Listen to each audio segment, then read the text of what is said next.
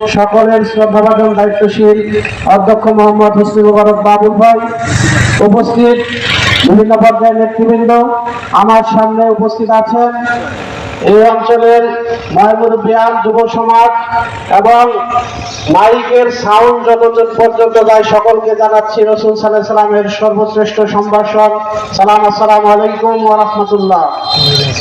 সম্মানিত উপস্থিতি, আমি একটি কোরআনের আয়াত তেলাওয়াত করেছি। আল্লাহ রাব্বুল আলামিন বলেছেন, আল্লাহ রাব্বুল আলামিন ওনার নবীকে বলেছেন, বলুন আপনি বলে দিন, কুল ইন্নাস সালাতি ওয়া নুসুকি ওয়া মাহইয়ায়া ওয়া মামাতি লিল্লাহি রাব্বিল আলামিন। আল্লাহ তার রাসূলকে বলেছেন, আপনি বলে দিন, আমার সালাত, আমার কুরবানি, আমার জীবন, আমার মরণ সবকিছুই কার জন্য? আল্লাহর জন্য। তাহলে আমাদের জীবন কার জন্য? আল্লাহর জন্য। আমাদের সৃষ্টি করেছেন কে? আল্লাহ। এই জমিন কার? আল্লাহর। এই আসমান কার? আমরা কার? তাহলে আইন চলবে কার? আমরা আল্লাহর। এই জমিন আল্লাহর, এই আসমান আল্লাহর, আইন চলবে আল্লাহ, তাই না? এই স্লোগানকে সামনে রেখে বাংলাদেশ জামায়াত ইসলামী এই বাংলাদেশে কাজ করে যাচ্ছে একটা ন্যায় এবং ইনসাফ ভিত্তিক রাষ্ট্র কায়েম করার জন্য, একটা চাঁদাবাজ মুক্ত, সন্ত্রাস মুক্ত, দুর্নীতি মুক্ত একটি রাষ্ট্র কায়েম করার জন্য কাজ করে যাচ্ছে।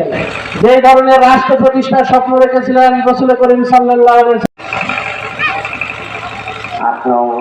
দেওপাড়া ইউনিয়ন কর্তৃক আয়োজিত আজকের এই জামাতি সভার সম্মানিত সভাপতি, আমাদের প্রিয় ভাই দেওপাড়া ইউনিয়নের সম্মানিত সভাপতি আবু সাইদ আনসারী ভাই, অনুষ্ঠান পরিচালনা করছেন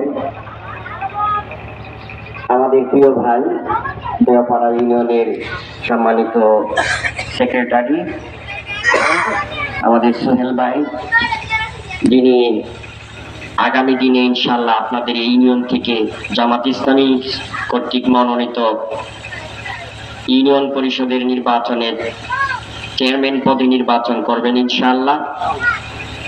একটি ঐতিহ্য পরিবারের সন্তান, বাবা মুক্তিযোদ্ধা, এবং ব্যক্তিগতভাবে আপনারা ওনার সম্পর্কে জানেন, আমাদের প্রিয় ভাই সোহেল ভাই।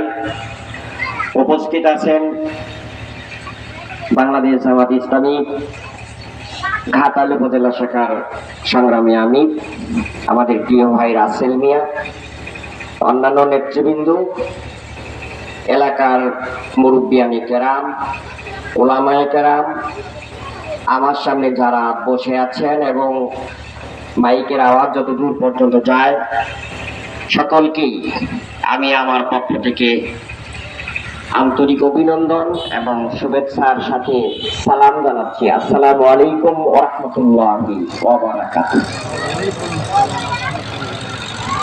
সম্মানিত উপস্থিতি, আপনারা সবাই ভালো আছেন? আলহামদুলিল্লাহ।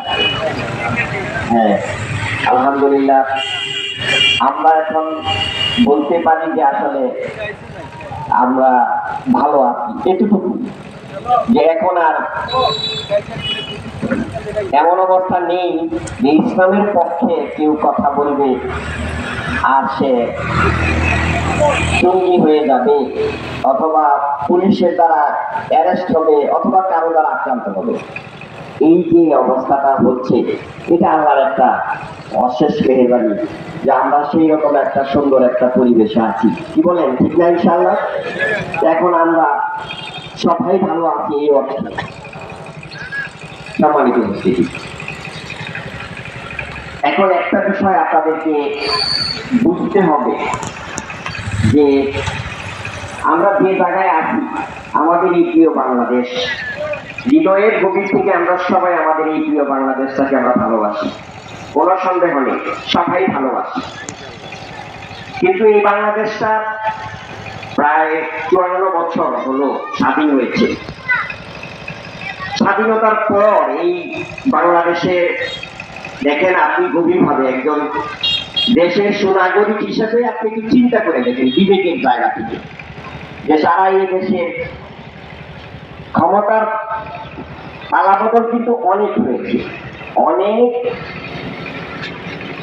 দল মত এই দেশের ক্ষমতায় এসেছে, কিন্তু বাংলাদেশে কতটুকু উন্নয়ন হয়েছে, কতটুকু কি হয়েছে আপনারা যদি একটু বিবেচনা করেন তাহলে কাদের কি ভূমিকা ছিল সেটা আপনারা সবাই জানেন, তাই না? আমরা আমাদের পাশে যারা নেতৃত্ব দেয় আমরা তাদের সবাইকে চিনি না, তারা ব্যক্তিগতভাবে কে কি করে না করে। আপনার আশেপাশে যারা আছে যে যে পর্যায়ে নেতৃত্বই থাকবে না, যে দলেরই হোক না কেন, আপনারা কিন্তু কম বেশি সবাইকে চেনেন না? চেনেন। এই যে পরিস্থিতি, এই পরিস্থিতিতে আমাদের এই প্রিয় বাংলাদেশ আগামী দিনের সত্যিকার অর্থে আজকে যে স্লোগানটা উঠেছে, তাই না? যারা এই যে 5 আগস্টের যারা বিপ্লবী ছিল, যারা এই বিপ্লবের নেতৃত্ব দিয়েছে, ছাত্র জনতা, তাদের বিষয়টা আপনারা চিন্তা করেন। তাদের আসলে প্রথম দাবিটা কি ছিল আপনারা তো মনে হয় জানেন, তাই না? কোটাটা কি? প্রথম কথা ছিল যে যারা আজকে আপনাদের অত্যন্ত পরিশ্রমের ফলপ্রসূ হিসাবে আপনাদের প্রিয় সন্তানরা পড়াশোনা করে, এখানে কিন্তু সবাই, এখানে যারা আছেন আমার মাইকে কতগুলো আওয়াজ শুনছে, যারা অনেক কষ্ট করে ইউনিভার্সিটিতে চান্স পায়, বিশ্ববিদ্যালয়ে চান্স পায়, কলেজে পড়াশোনা করে, তাদের একটাই প্রত্যাশা থাকে, সেটা হলো তাদের একটা চাকরি, বাবা মায়ের কষ্ট দুঃখ বেদনা বুঝাবে, এটাই তাদের প্রত্যাশা। এবং সেই চাকরির মধ্যে যে কোটাটা ছিল আপনারা জানেন, সেখানে উপাধি কোটা, দলীয় কোটা, কত রকম মুক্তিযোদ্ধা কোটা, কোটা ওই মানে করে সাধারণ ছাত্রদের, সাধারণ যারা চাকরিজীবী চাকরি প্রার্থী তাদের চাকরি ছিল না, তারা কোথাও চাকরি পেত না।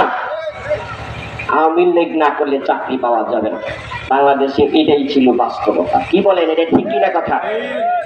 তো সেই পরিস্থিতিতে ছাত্ররা দেখলো যে আমাদের তো আর কোনো উপায় নেই, ইউনিভার্সিটিতে পড়াশোনা করে এত কষ্ট করে বাবা মা আমাদেরকে এত কষ্ট করে টাকা পয়সা দিয়ে পড়াশোনা করাচ্ছে, আর আমরা একটা চাকরি পাচ্ছি না, আমার পরিবারের কি হবে, আমার বাবা মা আমাদের এই যে মানে পরিবারের যে অসহায়ত্ব, এই অসহায়ত্বের মধ্যে একটা